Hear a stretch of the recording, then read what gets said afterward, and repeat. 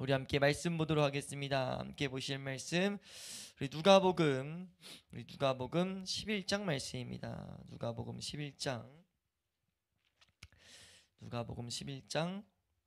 우리 1절에서 4절 말씀입니다. 누가복음 11장 1절에서 4절 말씀입니다. 우리 함께 한 목소리를 읽도록 하겠습니다. 함께 읽습니다. 시작.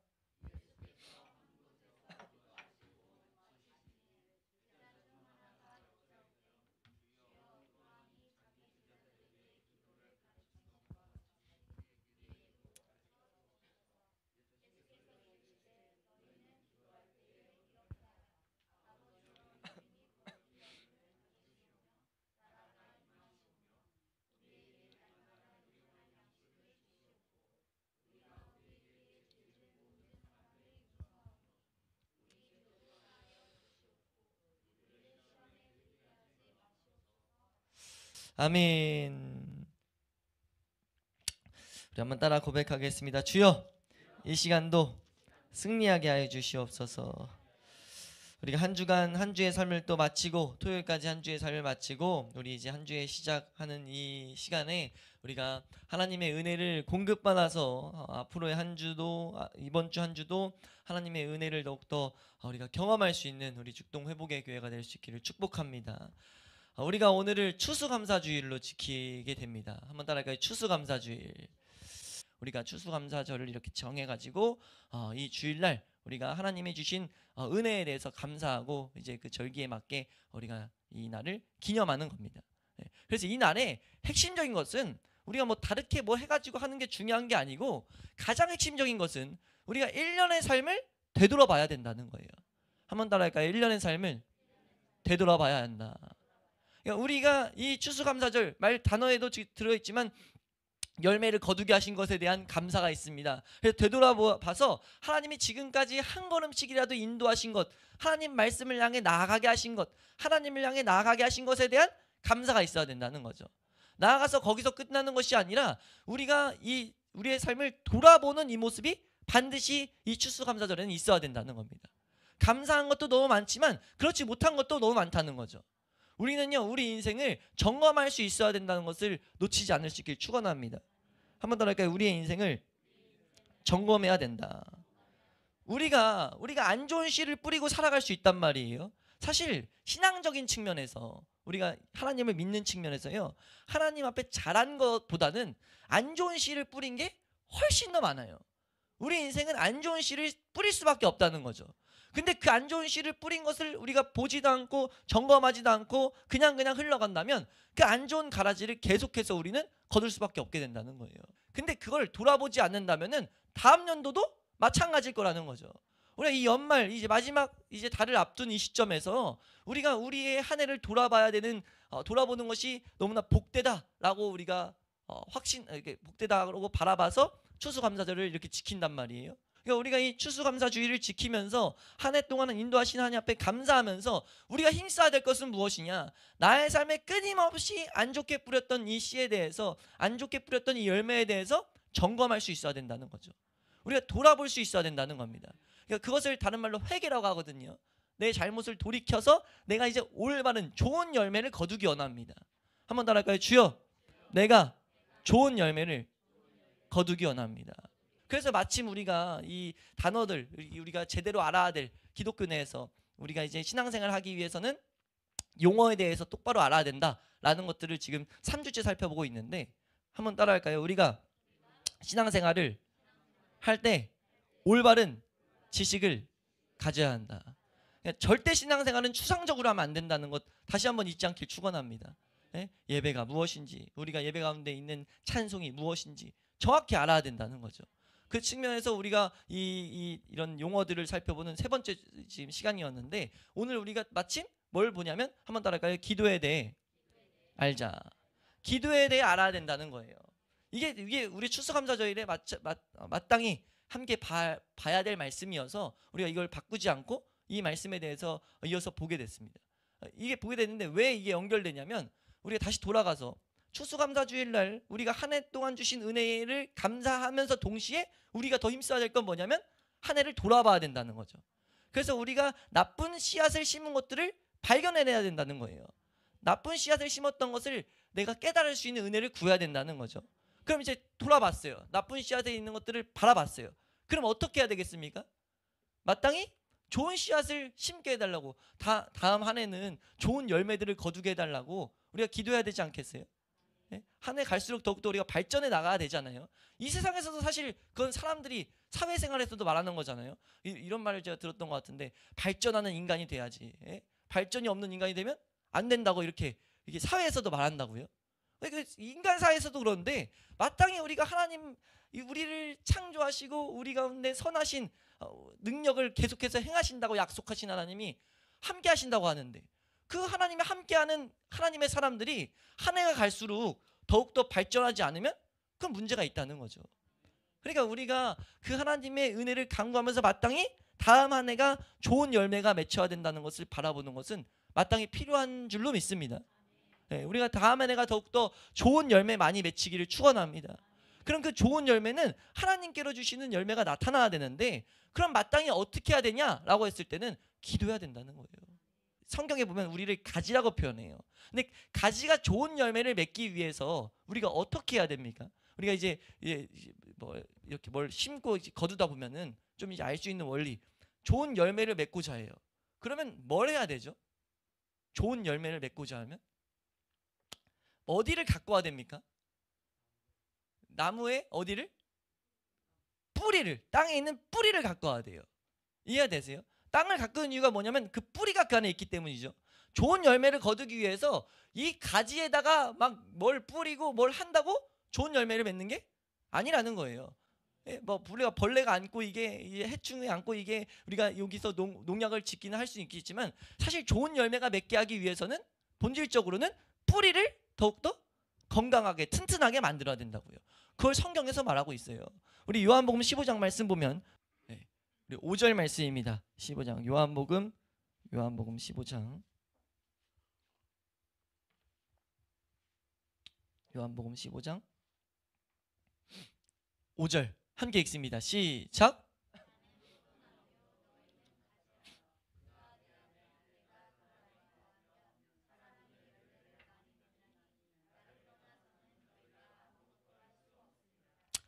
아멘. 지금 성경에서 뭐라고 우리에게 가르치냐면, 우리가 신앙생활에 있어서 좋은 열매를 맺어야 되는데 그 열매에 있어서 나는 포도나무고 너희는 가지라는 거예요.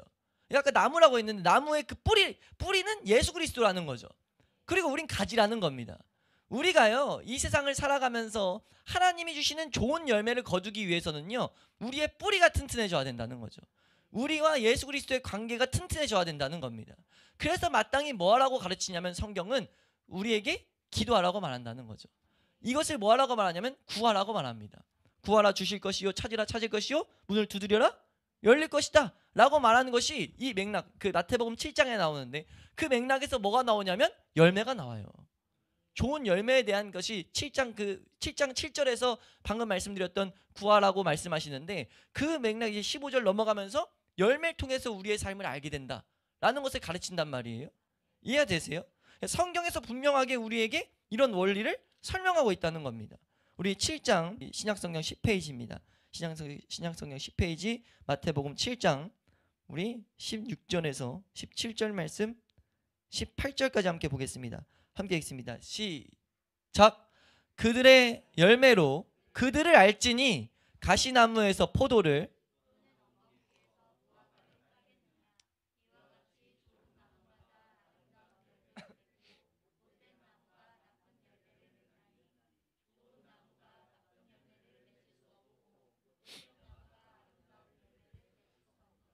아멘. 네, 분명하게 성경은 우리에게 이 원리를 가르치고 있다는 거예요.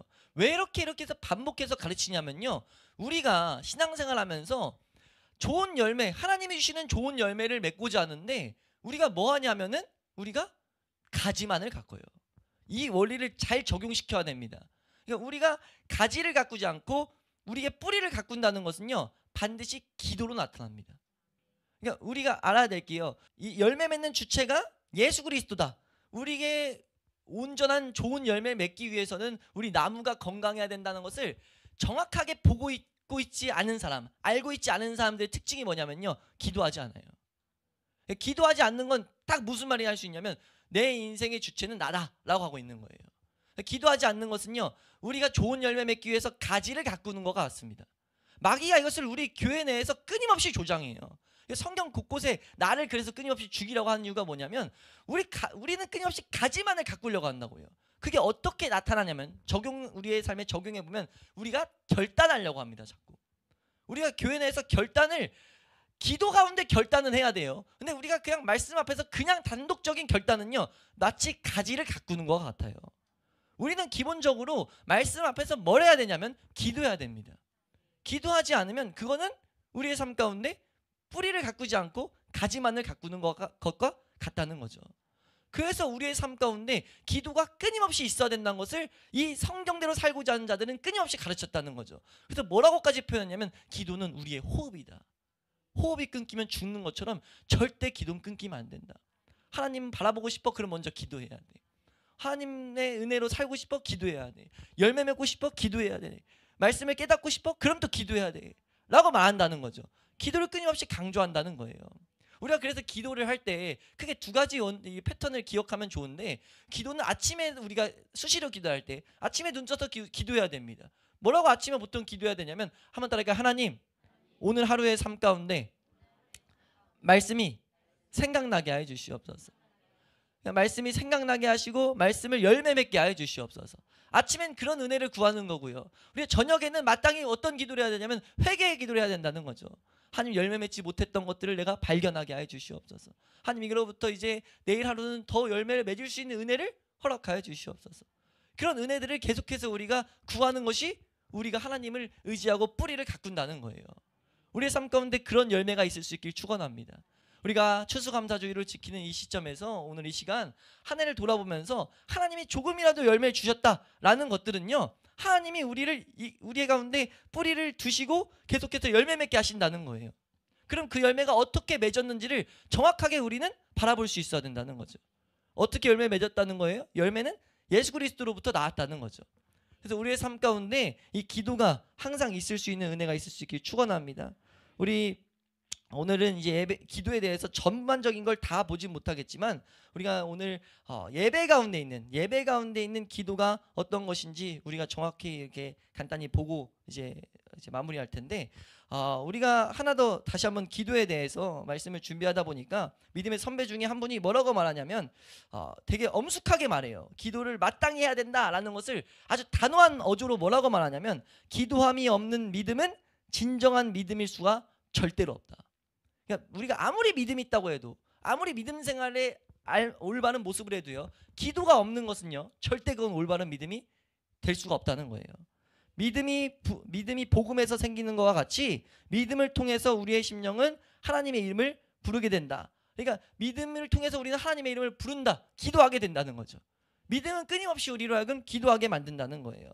그래서 우리가 이 기도에 대해서 올바로 붙들고 살아갈 수 있는 은혜가 있을 수 있길 축원합니다. 그럼 우리가 이제 예배의 요소에서 예배 가운데 기도는 무엇이냐라고 했을 때 우리가 기억해야 될 중요한 것은요, 한번 따라할까요? 기도는 찬양과 뗄 수 없는 요소다. 기도는 절대 찬양과 따로 가면 안 됩니다. 우리가 찬양을 저번 시간에 살펴봤는데 찬양의 핵심은요, 삶 가운데 감사와 기쁨이 나와야 된다는 거예요. 우리가 조금이라도 일하신 하나님을 바라보면서, 찬양은 누가 할 수 있는 거예요? 하나님을 아는 자들이 할 수 있는 거예요. 단순히 곡조 있는 노래가 아니고요, 찬양은 마땅히 예배 가운데 있는 찬양은요, 하나님, 이 삼위 하나님께서 역사하신 그 은혜를 조금이라도 내가 아는 것을, 그 감정을 그거를 이제 고백하는 겁니다. 말씀 하나 읽겠습니다. 우리 빌립보서 4장 6절 말씀. 빌립보서 4장 6절. 이 기도가 찬양과 뗄 수 없는 관계라는 것을 우리는 정확하게 알아야 되는데, 함께 읽습니다. 시작.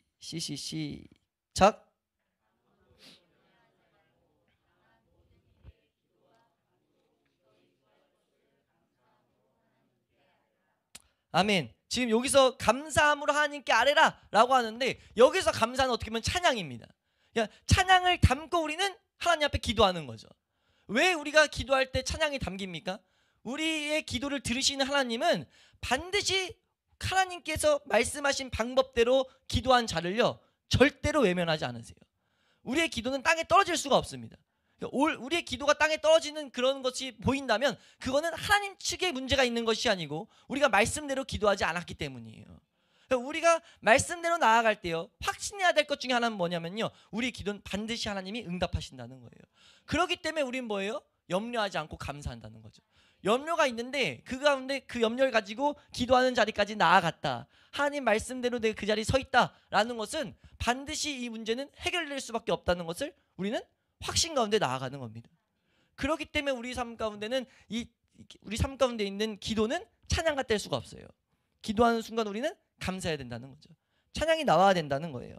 그래서 우리 예수님께서 오늘 본문을 읽은 게 주기도문에 이제 누가복음에서 기록된 주기도문인데, 주기도문이라는 것, 예수님께서 기도를 가르치셨단 말이에요. 우리 이것을 다 볼 건 아닌데 예수님이 기도를 가르치신 마지막 장면에 이렇게 돼 있어요. 우리 마태복음에서 이걸 보면요, 마태복음 6장 12절 말씀 한번 보겠습니다. 함께 읽습니다. 시작.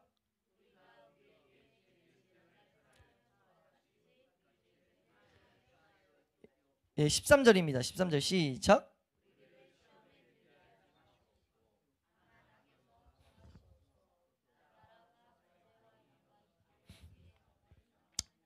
아멘. 지금 여기서 가로치고 적혀있는 나라와 권세와 영광이 아버지께 영원히 있사옵나이다, 아멘이라고 기록되어 있는 이것이 이제 보면은 이거를 뭐라고 구분이냐면 송영이라, 이 부분이 송영이라고 말해요. 송영은 뭐냐면 칭송할 송에 이제 영에서 영적인 존재, 영에서 영이신 하나님을 찬송하다라는 문장이에요. 이해되세요? 지금 이 문장 앞에 옛날 성경 보면 여기에 대개라는 단어가 있습니다. 왜냐하면이라는 단어가 있어요. 예수님이 기도를 쭉 가르치셨어요. 기도를 쭉 가르치셨는데 기도를 가르친 대로 너희 기도해라, 반드시 응답받을 거야. 왜냐하면 하나님은 그러면서 말하고 있다고요. 왜냐하면 하나님은 이렇게 찬송받을 분이기 때문이야 라고 말하고 있다는 거죠. 다시 한번 잘 보세요. 예수님이 기도를 가르치시는데 기도를 가르치시고 뭐라고 하냐면은 너희 이 기도가 반드시 응답받을 수밖에 없는 이유는 뭐냐면 하나님은 찬송받을 분이기 때문이야. 나라와 권세와 영광이 아버지께 있기 때문이다 라고, 이것이 염두된 기도가 돼야 된다는 거죠. 모든 능력을 가지신 하나님을 염두하고 기도해야 된다는 거예요.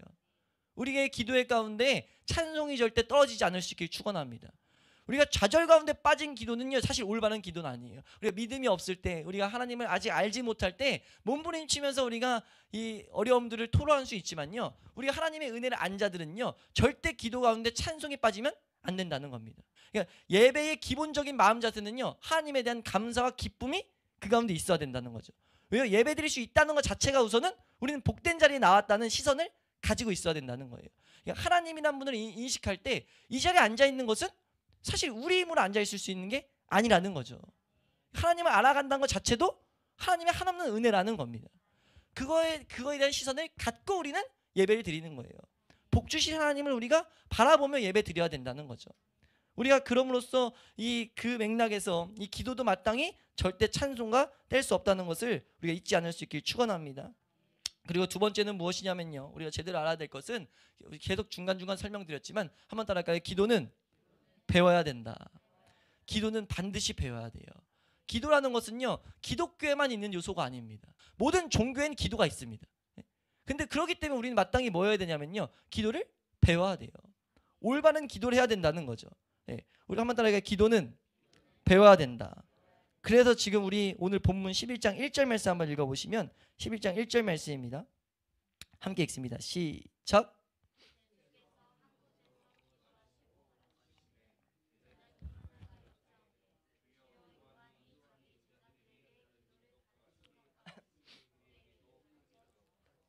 아멘. 이게 왜 나왔냐면요, 예수님이 항상 기도하셨단 말이에요. 예수님이 계속해서 기도하시는 삶을 사셨기 때문에, 그리고 심지어 지금 이 앞에 어떤 사건들이 나오냐면은 예수님께서 귀신 들린 사람을 쫓아냈어요. 막 병을 고치고 놀라운 경건의 능력들, 기적들을 행했단 말이에요. 근데 그걸 가지고 제자들이 못하니까 제자들이 와서 물어본 거예요. 왜 나는 하나님 능력 주셨었는데 이런 거 지금 못하죠? 라고 했더니 예수님께서 뭐라고 하냐면 기도하지 않으면 이런 능력 나갈 수 없다 라고 말했단 말이에요.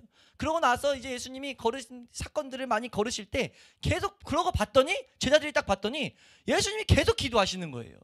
예수님이 계속해서 뭐만 사건이 있으면 기도하시는 걸 보고 지금 오늘도 11장 1절 말씀 보면 예수님이 한 곳에서 기도하시고 기도 마치고 나왔더니 제자들이 이제 딱 드는 게 나도 기도해야 되는데 내 기도에 뭔가 문제가 있다라는 것들을 지금 느끼게 하나님이 하신 거예요. 그래서 뭐라 했냐면 지금 예수님 앞에 우리도 예수님이 하는 기도를 우리에게 가르쳐 주세요 라고 말했다는 거죠. 기도에 대해서 올바로 알지 아니하면 우리의 기도는 잘못될 수밖에 없다는 거예요. 그러니까 마땅히 우리가 기도를 해야 되는데 기도가 잘못될 수 있다는 거죠. 그래서 우리는 마땅히 기도를 배워야 될 줄로 믿습니다. 우리가 이 기도라는 것을 우리가 오늘 살펴보는 이유의 핵심은 뭐냐면 좋은 열매를 거둬야 돼요. 좋은 열매를 거두려면 하나님과 관계가 올바라져야 되는데 그 올바라질 수 있는 비결이 기도라는 겁니다. 우리의 모든 삶 가운데 모든 걸음에는요 기도가 없으면 그건 믿음이 사용될 수가 없다는 것을 성경이 가르치고 있다는 거예요. 한번 따라할까요? 기도가 없으면 믿음이 사용될 수가 없다. 기도를 뭐라고 하냐면 기도는 내 힘으로 하나님을 예배할 수 없다라는 인정하는 게 기도예요. 하나님이 필요합니다. 하나님 은혜가 필요합니다가 기도예요. 그래서 우리가 예배 시간 전에 꼭 우리가 금요예배 때 이걸 많이 좀 살펴봤는데 많이 우리가 함께 말씀을 통해 봤는데 예배의 시작점에서 반드시 기도해야 될 이유가 뭐냐면요. 은혜를 구해야 된다는 거예요. 우리가 시작점에서 우리가 매번 말씀 성구를 읽어드리는 게 하나님은 영이시니 예배한 자가 영과 진리로 예배하라는 이 부름의 말씀에 읽는 것은요. 예수 그리스도의 은혜가 아니면 예배할 수 없다는 거죠. 진리이신 예수 그리스도를 붙들지 않으면요 우리 예배는 성립될 수가 없어요. 그냥 아무런 기도 없이 예배드린다는 것 이거 그냥 내가 예배드린다는 거거든요. 우리가 그렇게 예배드리지 않고 하나님의 은혜를 항상 구해야 된다는 겁니다. 우리 그렇게 올바로 예배드리는 우리의 모습 될 수 있기를 주의 이름으로 축원합니다. 우리가 우리의 삶 가운데 이 예배를 중점적으로 살아갈 때 예배를 올바로 드리게 될 때 우리는 좋은 열매를 맺을 수밖에 없어요. 왜냐하면 이제 마무리하는데 왜 예배를 드리면 좋은 열매를 거둘 수밖에 없냐? 예배라는 것이 뭐예요? 다시 한번 우리가 되새기면 예배는 하나님과의 관계를 회복시키는 통로예요. 예배에 우리가 온전히 힘을 쏟아야 된다는 거죠. 그래서 하나님이 예배를 뭐라고 두셨냐? 예배를 통해서 삶을 경작시켜라. 삶을 예배라는 단어가 경작하다라는 단어를 쓴다고 했어요. 그러니까 삶을 우리가 경작하는 거죠. 삶을 계속 밭을 가는 겁니다. 뭐 하도록요? 삶 가운데 하나님을 볼 수 있도록. 그 시작점이 함께 모여서 드리는 이 공적 예배라는 거예요. 복되게 만든 이 주일날 온전히 예배를 드림으로 한 주간 조금씩 내 삶이 경작되는 거죠. 하나님을 전혀 보지 않았던 내 삶 가운데 하나님을 보게 된다는 겁니다. 그게 예배의 본질이에요. 그렇기 때문에 함께 모여서 이 공적 예배가 온전히 드려져야 된다는 거예요. 근데 공적 예배의 그런 핵심은 하나님을 바라봐야 된다는 겁니다. 하나님을 바라봤다면 마땅히 나오는 게 뭐예요? 찬송이라는 거죠. 하나님의 일하심만이 우리의 삶 가운데 하나님을 보게 하고 은혜만이 하나님을 보게 합니다. 그 찬송이 있을 때 우리는 반드시 뭐가 할 수밖에 없냐면 계속해서 기도할 수밖에 없어요. 기도는 그래서 다른 말로요 겸손함의 표명이에요. 내가 기도한다는 건요 내가 하나님 앞에 내가 겸손할게요, 겸손한 삶을 살게 해주세요, 이게 아니라 기도 자체가 겸손하다는 증거입니다. 기도를 올바로 한다는 것은 내가 하나님 앞에 겸손한 모습으로 나아간다는 거예요. 우리가 하나님 앞에 나아갈 때 중요한 모습은 겸손이라는 것을 잊지 않을 수 있기를 축원합니다. 이걸 우리가 말씀 곳곳을 읽다 보면 겸손하게 나가는 자를 하나님은 절대 내치시지 않는다고요. 다른 말로 기도하는 자는 하나님이 절대 내치시지 않는다는 거죠. 우리가 이 추수감사주일에 한 해에 하나님이 어떻게 인도하셨는지 오늘 하루 동안 우리가 묵상할 수 있는 그런 은혜가 있을 수 있길 축원합니다. 묵상하시고 그 묵상 가운데 하나님이 주신 은혜들을 감사하시고 감사해서 끝나는 것이 아니라 내 삶 가운데 잘못 뿌린 열매들을 돌아볼 수 있길 축원합니다. 그리고 돌아본 그것에서 우리가 또 그치는 것이 아니라 하나님 다음 한 해는 좋은 열매를 거두게 하여 주시옵소서. 그러기 위해서 절대 놓치면 안 되는 것이 기도라는 것을 내가 하는 마음 가운데 새기게 하여 주시옵소서. 그래서 아까 중간에 말씀드렸다시피 우리가 아침에 눈을 떠서 하나님 말씀대로 살 수 있도록 기도하고 하루를 마치면서 하나님 내 삶을 돌아보며 기도하고 하나님 내가 하나님의 은혜만이 필요하다는 것을 끊임없이 기도함으로 말미암아 하나님이 우리의 삶 가운데 놀라운 일을 행하시는 것을 경험하는 우리의 모습이 될 수 있기를 축원합니다.